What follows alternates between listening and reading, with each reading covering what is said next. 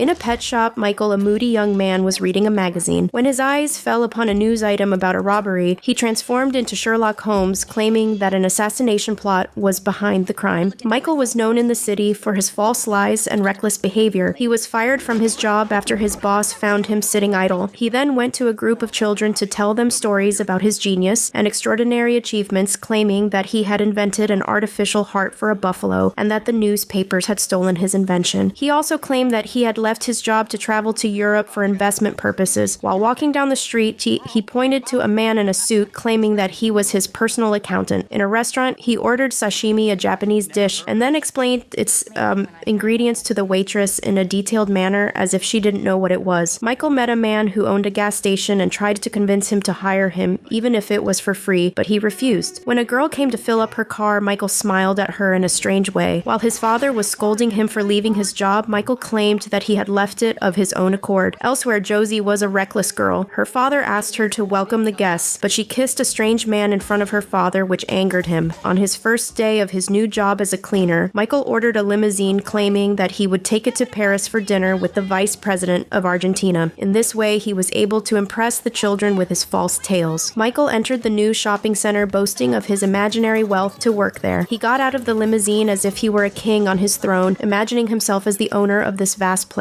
He started talking to the workers as if he were the manager, then put on the cleaner's uniform. When the real manager explained his duties to him, he threatened to fire him if he was negligent in his work. At the same time, Josie, a spoiled and eccentric girl, was moving between the corners of the store, stealing whatever she liked. Michael learned from his manager that he would be alone in the store all night, so he felt fear and anxiety. Michael began cleaning the corridors, but he was doing strange things such as pouring water on the floor after cleaning it or tying the mops together. As time passed, he felt bored, so he started broadcasting through the loudspeaker, pretending to be the manager. Then he sat down to watch TV, played golf, sang, and danced as if he were in his own home. While he was enjoying his time, he was surprised by the appearance of Josie again. He fell to the ground in astonishment and asked her why she was there. She told him that she had lost consciousness, but the truth was that she was looking for fun and excitement. Michael started preparing food for them and felt happy to have someone to talk to. A conversation developed between them during which Michael told her about his love for talking and socializing, and Josie suggested that he work in sales, but he told her that he had failed in that before. They continued talking while watching TV. She said to him, "Everyone in the city knows that you are a liar." Michael got angry and asked her, "Do you think I am a liar?" She replied, "I was with you in school, but I don't know you well." They talked about their lives, and each of them thought that the other was living a happy life. He told her that she was rich and lived in a palace. She replied, "My father controls my life." Josie revealed the reason for her staying in the center, saying, "I don't want to go back home." She added that Michael was also a prisoner of his life, as he could not leave his parents' house. Michael insisted that he loved his home and that he saw no reason to leave it, but Josie insisted that he get out of his shell. Michael got angry and left her sitting alone. Josie turned the music back on and Michael started dancing. She said to him through the loudspeaker, "Stop lying. I won't be impressed by a man who can't leave his house for food." He replied, "I'm not trying to impress anyone." She apologized and said she felt sorry for him because he wasn't taking advantage of his freedom. Josie told him she wanted to leave her father's house but was afraid to confront him. Michael revealed his fear of the unknown and his desire to stay in a familiar place. Josie began to feel lonely and suggested that they travel the world together. Michael initially refused, but she insisted. She revealed her fears of her father's return and her desire to be independent. Michael felt sorry for Josie and wished he could help her. They both realized that they shared a feeling of loneliness and a desire for change. Michael expresses his surprise when he realizes that he used to think that rich people were always happy, but Josie is sad and expresses her inability to save herself or change her father. She emphasizes that she won't be happy just because she is rich and has everything. Michael intervenes and promises to travel with her anywhere. This makes Josie happy, and she tells him that her bank account contains $52,000 and that they can travel at sunrise. Michael is surprised by the amount and comments that it exceeds the price of the house he lives in. Josie expresses her desire to make up for the school days when Michael had been admiring her since then, but she didn't notice him. Michael recalls that they danced together at school, but they didn't complete the dance, and he had hoped to complete it. Josie senses Michael's kindness and simple dreams and realizes that he didn't take advantage of the opportunity, despite being alone, which makes her admire him. She agrees to complete the dance that Michael dreamed of, and they dance happily. Suddenly, a policeman appears, and while they are in the tent, they fall and everything around them falls. The policeman asks Michael if he has seen Josie, and Michael denies knowing her and says that he only works at night. The policeman leaves, and at the same time, two thieves thieves appear, watching the shopping center from a distance. As for Michael and Josie, who are enjoying playing skates, they are surprised by the thieves in front of them. They try to escape to the changing room, but the thieves discover their hiding place and catch them. Michael tricks them by claiming that he is running a major drug operation and that the place will be filled with criminals within 5 minutes. The thieves seem to believe him, and Michael begins to pretend that he is talking to snipers, which increases their fear. He manages to take their weapons and orders them to lie on the ground. Josie is impressed by Michael's intelligence, but the thieves reveal that their weapons are not loaded with ammunition. Michael believes them and returns the weapons to them only to find out that it is a trick from the thieves as they regain control over them. Michael discovers that they are responsible for the death of a close person in a previous robbery and feels sad because they will not be able to travel together, but Josie reassures him that they have not died yet and plans to escape. She pretends to be a professional thief and claims that they made a mistake by robbing a shopping center. She tries to gain their trust and convinces them of the need to steal only valuable things. She starts to leave with them, but Michael gets angry with her and leaves her. She transports the stolen valuables with them. Then Josie escapes with the stolen goods in the car. When the thieves return to the shopping center, Michael confronts them with a gun and speaks through the loudspeaker to mock them. Then he shoots at them until they surrender. He ties them with chains and puts their photos on them, which are published in the newspapers. In the morning, the police arrive to arrest them. Michael then appears driving a luxury car with Josie amidst the astonishment of the children in the area. In the end, Michael and Josie travel to Hollywood and sit happily on a beach. The film represents a journey of self-discovery for the two main characters. Michael, the unstable young man, and Josie, the wealthy girl searching for meaning in her life, find themselves in unconventional situations that help them understand themselves better. A romantic relationship develops despite their different social backgrounds. The film shows how love can flourish in unexpected circumstances and how it can overcome social barriers. The film alludes to the idea of missed opportunities and how people can change the course of their lives. Jim gets a chance to work in the store while Josie finds a chance to escape her luxurious life and explore the real world. The film offers a mix of comedy and romance where funny situations are interspersed with romantic and emotional moments. The film aims to entertain and bring joy to the hearts of viewers. Overall, the film can be considered an enjoyable story about love, self-discovery, and opportunities with a touch of comedy. And in the end, don't forget to subscribe to the channel and activate the bell button to receive all the new updates.